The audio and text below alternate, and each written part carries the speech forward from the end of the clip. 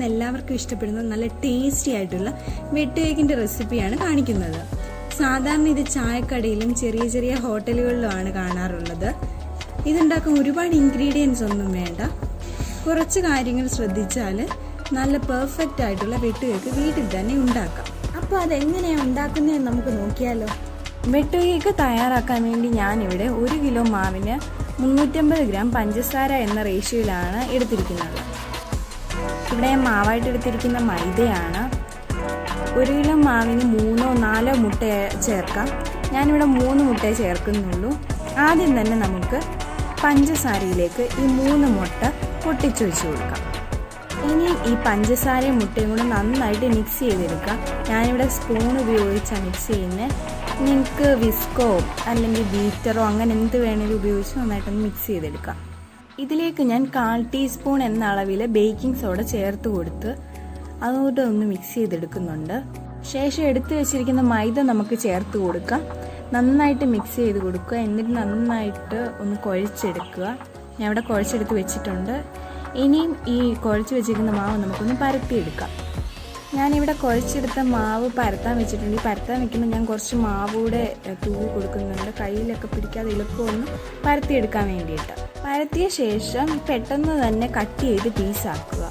കാരണം പെട്ടെന്ന് കട്ടിയാകാതെ ഇതിൻ്റെ സോഫ്റ്റ്നെസ് പോകാതെ തന്നെ എളുപ്പത്തിൽ തന്നെ നമ്മൾ കട്ട് ചെയ്തെടുക്കുക. പിന്നെ ശ്രദ്ധിക്കേണ്ട ഒരു പ്രത്യേക കാര്യമുണ്ട്. എണ്ണ ചൂടാവാൻ ഞാൻ ഈ സമയത്ത് തന്നെ വെച്ചിട്ടുണ്ട്. അപ്പം എണ്ണ ചൂടാവുന്ന താമസമേ ആകാവും നമ്മൾ മാവ് കുഴച്ച് കഴിഞ്ഞ് ഇതൊന്ന് കട്ട് ചെയ്തെടുക്കാൻ വേണ്ടിയിട്ട്. ഞാനിവിടെ പീസാക്കി വെച്ചേക്കുന്ന ഈ ഓരോ പീസും എടുത്ത് നമുക്ക് നടുവേ കീറി വെക്കാം. ഫുള്ളായിട്ട് കീറല്, നടുവേ ഒരു വെട്ട് പോലെ ഇങ്ങനെ കീറുക. ദാണ്ടി ഇതുപോലെ ഈ രീതിയിൽ തന്നെ കീറുക. ഇനി അങ്ങനെ ഓരോ പീസും ഇതുപോലെ കീറിയെടുത്ത് വെച്ചിട്ടുണ്ട്. നമ്മൾ ചൂടാക്കാൻ വെച്ചിരിക്കുന്ന എണ്ണ ഇപ്പോൾ ചൂടായിട്ടുണ്ടായിരിക്കും. ഇനി നമുക്ക് ഈ എണ്ണയിലേക്ക് ഓരോന്ന് വീതം ഓരോ പീസും കട്ട് ചെയ്ത് വെച്ച പീസ് ഓരോന്ന് വീതം ഇങ്ങനെ ഇട്ട് കൊടുക്കുക.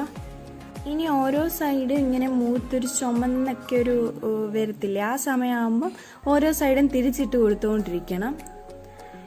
ഇനി ഒരു ഗോൾഡിഷ് കളർ ആകുമ്പോഴേക്കും കേക്ക് എണ്ണയിൽ നിന്ന് കോരിയെടുത്ത് നമുക്ക് മാറ്റി വയ്ക്കാം. അങ്ങനെ മുഴുവൻ വെട്ട് കേക്കും നമുക്ക് ആ രീതിയിൽ തന്നെ റെഡിയാക്കി എടുക്കാം. അങ്ങനെ എല്ലാ വെട്ട് കേക്കും ഇവിടെ റെഡിയാക്കി എടുത്തിട്ടുണ്ട്. നല്ല ക്രിസ്പി ആയിട്ടുള്ള ആണ് നമ്മുടെ വെട്ട് കേക്ക് കിട്ടിയിരിക്കുന്നത്. കടകളിൽ നിന്ന് വാങ്ങുന്ന വെട്ട് കേക്കിൻ്റെ അതേ ടെക്സ്ചർ തന്നെ ഇതിനും കിട്ടിയിട്ടുണ്ട്. ചൂടാറിയിട്ട് കഴിക്കുകയാണെങ്കിൽ കൂടുതൽ നല്ലതാണ്. എങ്കിലേ കറക്റ്റായിട്ടുള്ള ടേസ്റ്റ് കിട്ടും. അല്ലെങ്കിൽ ചൂടോട് കഴിച്ചു കഴിഞ്ഞാൽ ആ മുട്ടയുടെ ടേസ്റ്റൊക്കെ കിട്ടും. അതിലും നല്ലത് ചൂടാറിയിട്ട് കഴിക്കുന്നതായിരിക്കും. അപ്പോൾ ഈ റെസിപ്പി നിങ്ങൾക്ക് ഇഷ്ടപ്പെട്ടു എന്ന് വിചാരിക്കുന്നു. ട്രൈ ചെയ്യുന്ന ടൈമിൽ നിങ്ങളുടെ അഭിപ്രായങ്ങൾ അറിയിക്കുക.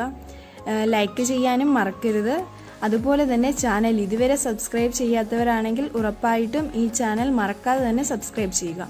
ഇനിയും ഇതുപോലെ നല്ലൊരു വീഡിയോ ആയിട്ട് ഒരു ഈസി റെസിപ്പി ആയിട്ട് വരാം. അതുവരേക്കും താങ്ക് യു.